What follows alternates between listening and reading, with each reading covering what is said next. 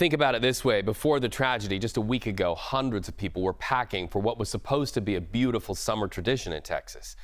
But within hours, many people, some of them being your neighbors, found themselves fighting to survive in the flooding. Those who did survive have no basics, they have no shelter, they have no food, in some cases just the clothes on their backs. But news in those communities showcases the best of America. People like Chris Higgins from Operation BBQ Relief, and we are finding him doing just that. Chris, you're in Texas, you are with a team who listened to intuition, decided to step forward to help. Looks like they're providing some hot meals. Walk us through what those volunteers and heroes are doing right now. Hey, good afternoon. So we're here to park in Ingram, Texas. Behind us is the riverbed where there's multiple crews that are searching through debris, looking for whatever it is that they need to find within that debris, people that are displaced, people that were swept away by the waters. So we've set up in this park here. We've got hot pulled pork sandwiches, some hot green beans that we're providing to these first responders and these volunteers that are out here that are searching. Since we got here the night of July 4th. Since then, we've done 4,300 meals. Today, we're on tap for 2,300 meals to first responders and those that are displaced. 4,300 meals already served, 2,300 yet to be served. And I think you'd agree with me, my friend, that it's not just the food, but it's the feeling when people stop down in their volunteer moments and they talk about their feelings. What are the stories that you're hearing there as you hand them those meals?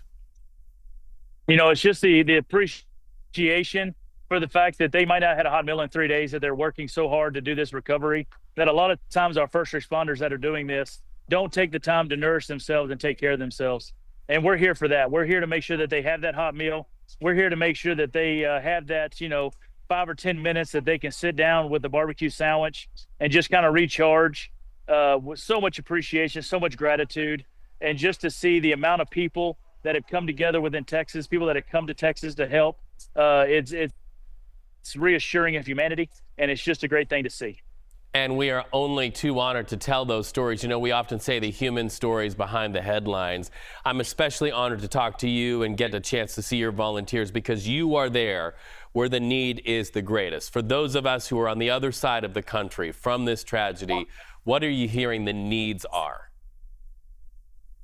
You know, right now it's one thing we can do as a country is we can pray for these people that are displaced, people that have lost loved ones. We can pray for these first responders that are putting their life on the line to bring some comfort to these families, to bring some closure to these families, whatever it might be.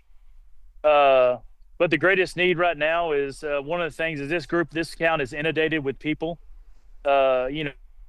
people coming in, wanting to see what's going on. We ask that you do not do that. It's hard for us to get around trying to take care of these service people. Also them trying to get to where they need to be. There's a lot of traffic. That's one thing I could ask is, avoid this area if you don't have to be here. But also, find an organization that's doing good. Donate. Sign up to volunteer. If they need volunteers, they will let you know to come in. That's the biggest thing you can do for this community right now. Well, I believe something very deeply. It's one thing to pray, and it's important to pray, but it's also important to put our prayers into action. Who taught you that value, my friend? Correct. And we're seeing that value come to life because of somebody who taught it to you. Who taught that to you? I've always believed that the only thing you can do is to give back. This right here, what we're doing is bigger than myself. It's bigger than any one of us. And I was taught my entire life that you give more than you receive. And you know what? It says that, whatever you give, you're rewarded back tenfold. And I believe that truly.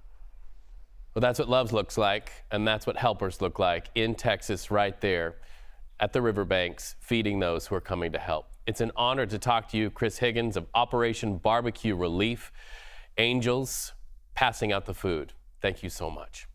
And by the way, just a reminder for you at home, to that very point, if you'd like to help in those relief efforts, you can do something today.